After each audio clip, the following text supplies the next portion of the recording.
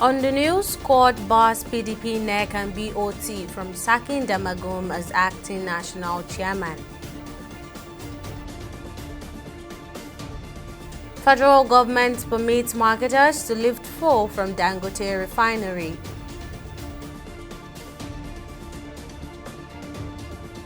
And stakeholder says girls should be free to pursue their dreams without interference in commemoration of International Day of a Girl Child.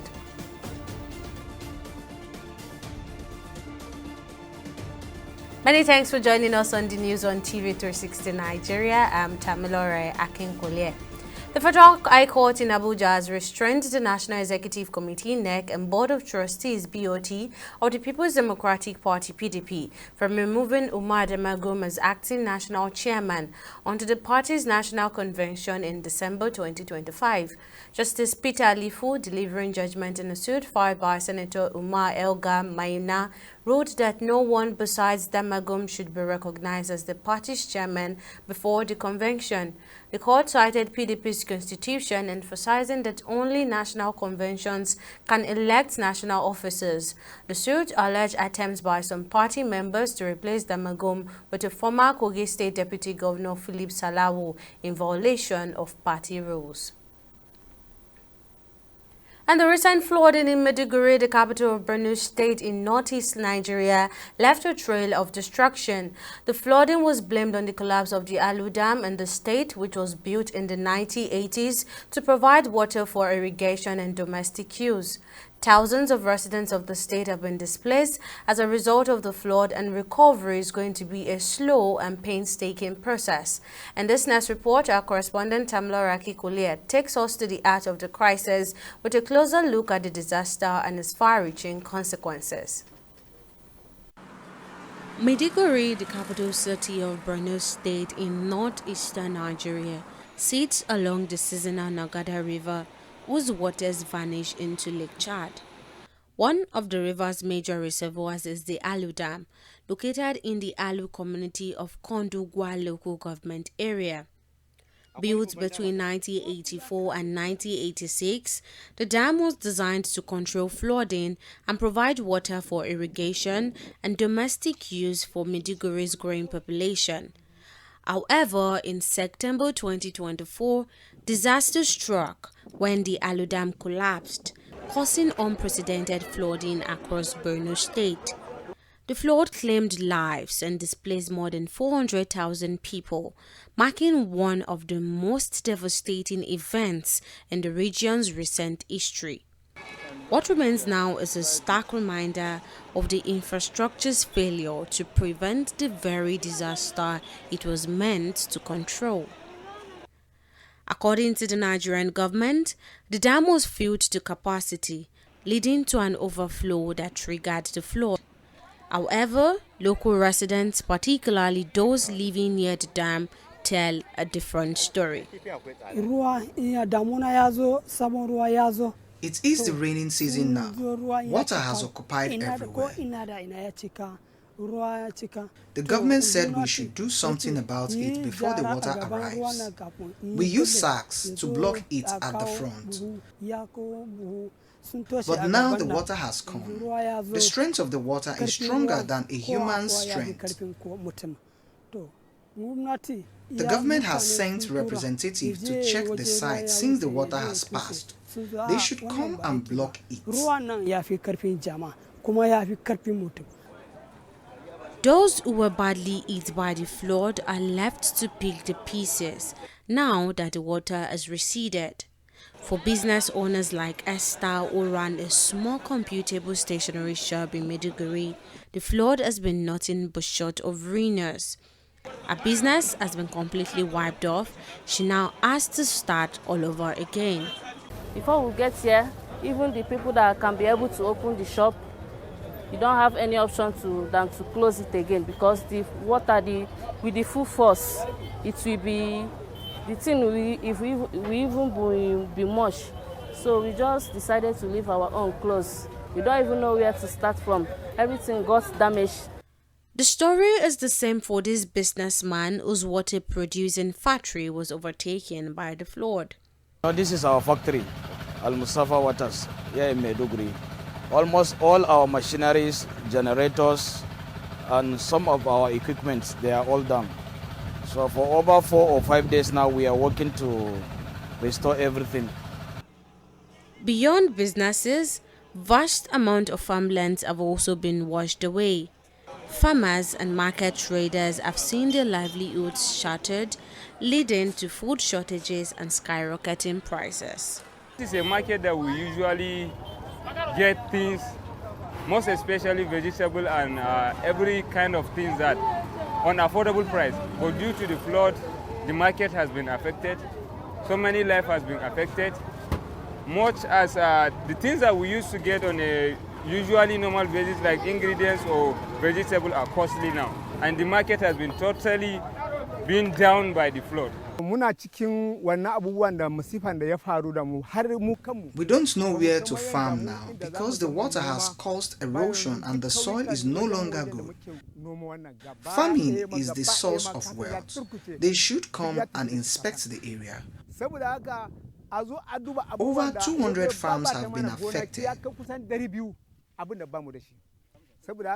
For that reason, we are begging the government to come and check this problem we are facing. In the wake of the tragedy, the Nigerian government, local churches and non-governmental organizations have rallied to provide relief. Donations of food, clothing and essential supplies have been distributed to those displaced by the flood. Here they asked us that we should come, that they are also giving some relief packages here, and that's why we are here. I want to also thank God for those that are giving relief packages to people, and our hearts also go to those that are still trapped one way or the other, and those that are in the IDP camps and that needs one thing or the other. We pray that God will definitely reach out to them. The good news is that this is just the beginning. Another one is coming up, so we will appreciate it because there are some that have been omitted in the list. There's a hope. Maiduguri now faces the long and difficult part to recovery. The people are coming together, united by their shared loss and the will to rebuild. Tamilore Akinkolye, TV360, Lagos. Ahead of the 2024 International Day of the Girl Child, the House of Representatives has urged the Federal Ministry of Education to adopt practical solutions like mobile education unit and community outreach program to reduce the number of out-of-school girls across Nigeria's 36 states. The global celebration on October 11th, themed Girls' Vision for the Future, focuses on empowering young girls. In commemoration, the House hosted Plan International Girls' Rights Advocate and Honorable Kafilat Ogbara in emotion stressed the prevalence of gender discrimination rooted in patriarchy and cultural stereotypes, highlighting Nigeria's struggle with providing education, healthcare, and basic amenities for girls. The House is worried about this disheartening high number of out-of-school girls engaged in drug abuse as well. Current data indicates that Nigeria has an estimated 10.5 million girls that are out of school, who are also users of hard drugs. The House is worried that the presence of such a vast number of uneducated youth not only jeopardizes their future, but also poses a threat to the nation's security and socioeconomic stability. If deliberate efforts are not taken to address the challenges and be intentional to protect the girl child, the country will be at risk of raising dysfunctional mothers who are meant to protect the home, society, and the future.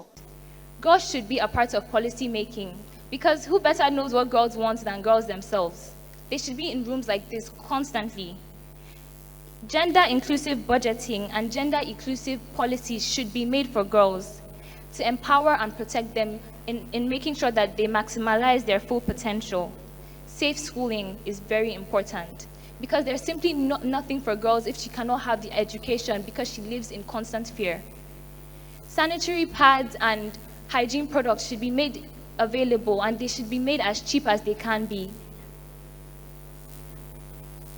The good thing is that we are already halfway there, and every day we are a step closer to achieving these goals. Also, there isn't just one solution, but hundreds. There isn't just one girl to talk for, but millions. Every year on October 11, the world observes the International Day of the Girl Child, a day established by the United Nations to recognize the unique challenges faced by girls globally and to celebrate their rights and potential.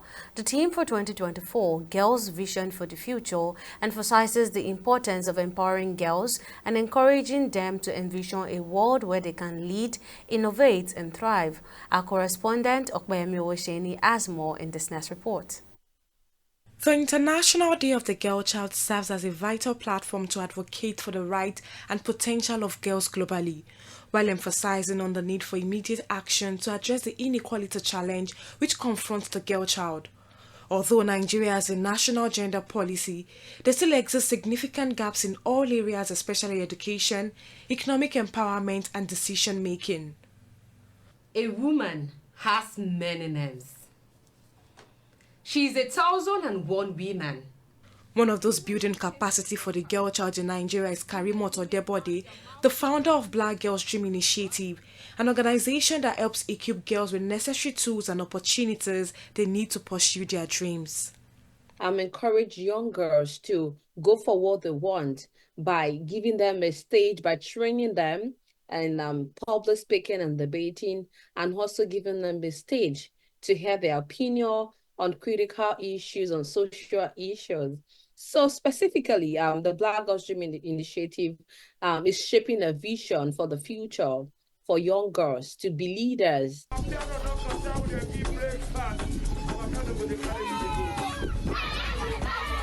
Education infused with dancing has been helpful in building confidence for young girls. Seyi Oluyole, the founder of Dreamcatchers Academy, says the society needs to be open-minded towards girls, especially those from marginalized communities. Dancing is also a form of healing, emotionally, mentally. When you dance, you know, if you can find yourself in that moment where you just free yourself, there's a movement of healing that happens when you dance. And then we work with so many girls who have been through so many things. So in that moment when they are dancing, it's a chance for them to forget everything that they've been through and just focus on the moment. Stakeholders believe that arts and storytelling are crucial tools for inspiring change and igniting passion in all societies. There is a call for collaboration between the non-profit sector and corporate entities in creating sustainable change for the girl child.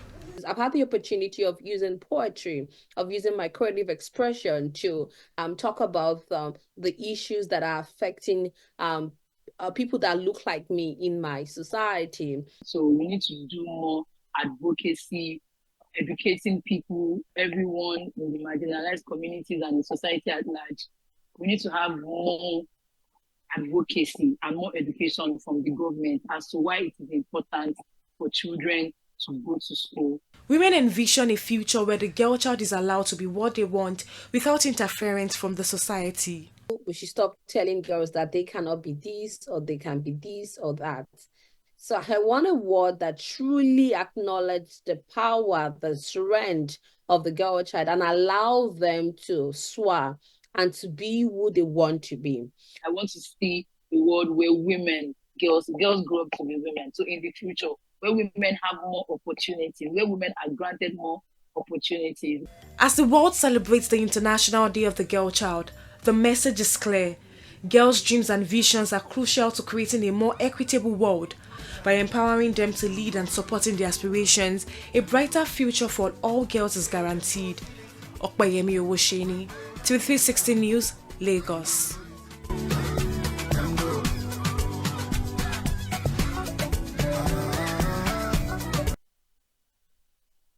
Nigeria has joined the global community in marking International Adolescent Health Week, a crucial initiative highlighting the challenges and potential of the youth.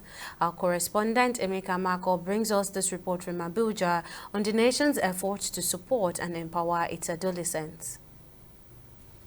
This year's International Adolescent Health Week carries the theme, Thriving, Not Surviving, Building Adolescent Resilience, underscoring the importance of empowering young people to face life's challenges head-on. In Abuja, Government agencies, civil society organizations, development partners, and educational institutions have gathered to address the significant vulnerabilities facing adolescents, including mental health issues, gender-based violence, and structural barriers like poverty and limited access to quality health care. Let us commit to ensuring that every adolescent in Nigeria, regardless of their background or circumstance, has the opportunity to thrive, not just survive. Adolescents are active agents of change. They can be incredible drivers of innovation, leadership, and progress when empowered, supported, and equipped. The World Health Organization, African Health Budget Network, and other partners view this week as a critical opportunity to reflect on the unique challenges young people face and a renewed commitment to their health needs. We are key allies and collaborators when it comes to adolescent health space, and we believe that as we are working the talk, the states need to be coming along, and there are a lot of critical things happening right now, even at the state level.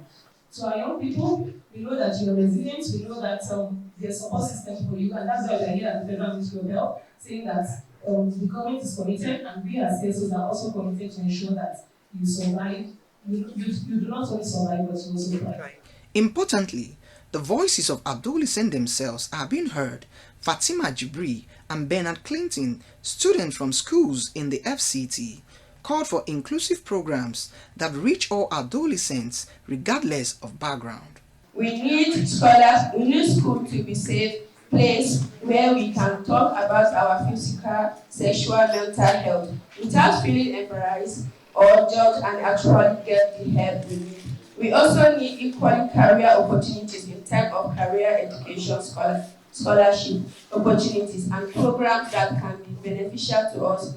Figuring out who we are, dealing with stress from school or home, trying to navigate friendship and family issues.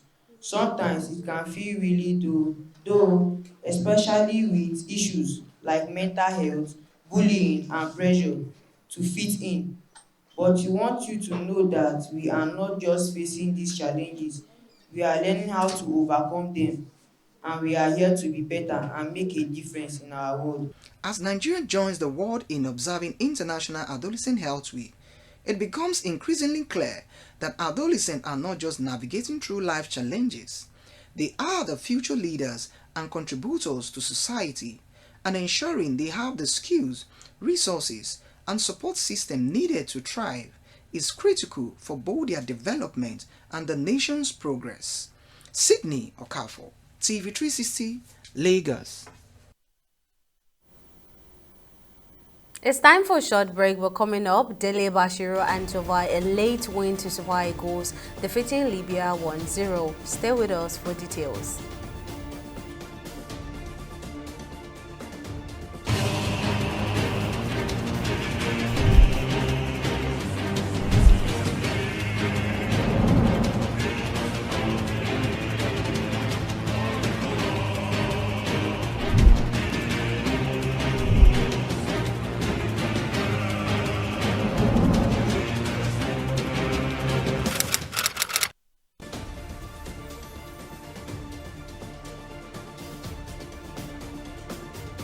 Welcome back. Now here's a recap of our top stories.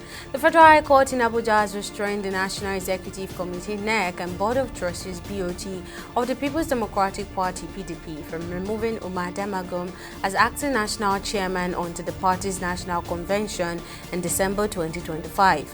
Justice Peter Adifu, delivering judgment in a suit filed by Senator Umar El Gashi Maina, ruled that no one beside Damagum should be recognized as the party chairman before the convention. We also informed you that stakeholders have called for a stronger collaboration between non-profits and corporate entities to create lasting change with a shared vision of a future where girls can achieve their dreams without societal barriers. This is in celebration of 2024 International Day of the Girl Child, which highlights the importance of empowering young girls to lead, innovate, and thrive. Despite Nigeria's national gender policy, significant gaps remain in education, economic empowerment, and decision-making for girls. Now, in case you missed any of the news bulletin or for more updates, you can catch us on Lime's World TV and AVO TV or log on to our website on www.tv360nigeria.com. You can also follow us on our social media platforms on Twitter, Instagram, and YouTube at TV360 Nigeria, or download our mobile app on Google Play Store, Huawei App Gallery, and Apple Store. On Facebook, we are TV360 Online.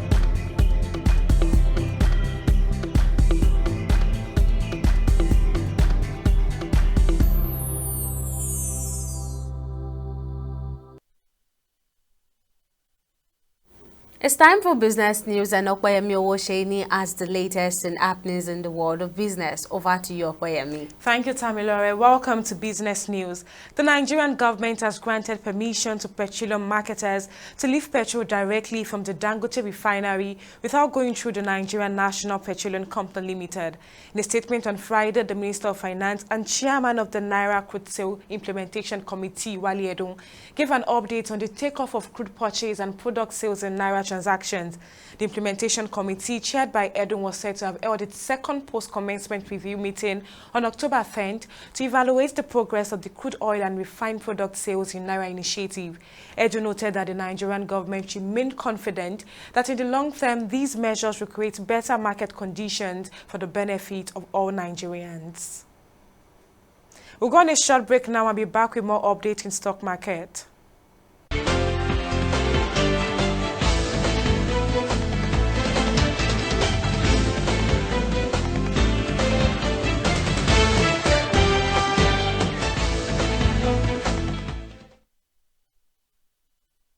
Welcome back.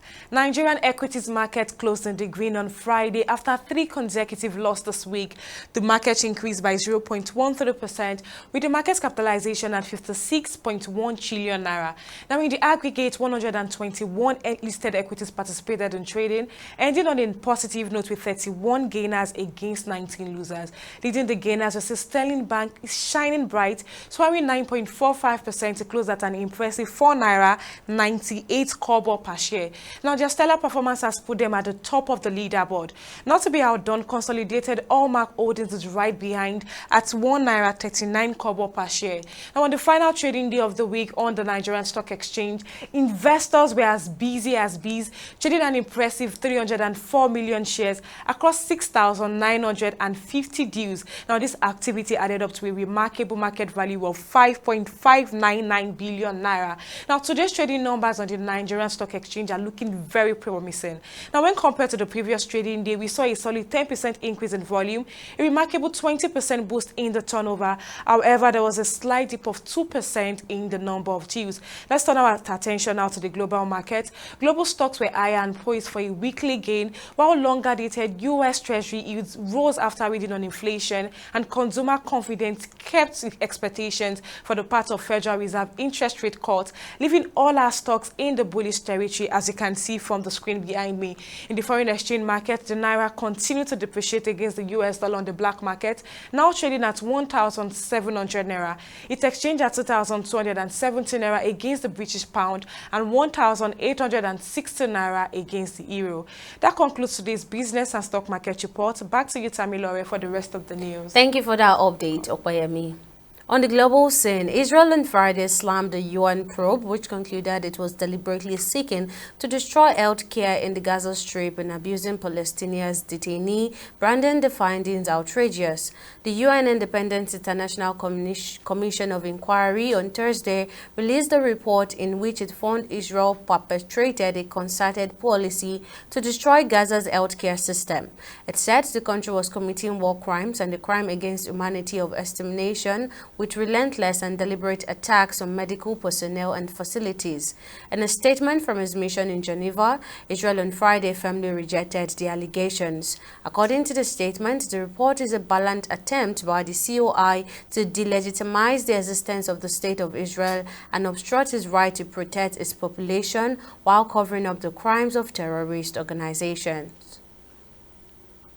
Still on the foreign scene, France announced on Friday new curfew measures to quell civil unrest on its Caribbean island of Martinique, which has been hit by violent protests due to anger over rising living costs. The local French administration of Martinique said it was banning public gatherings until October 14 and banning the purchase of products that could be used for arson attacks. Protests has disrupted flights at Martinique Airport, and that as a result of this, flights were being redirected to the neighboring French island of Guadeloupe.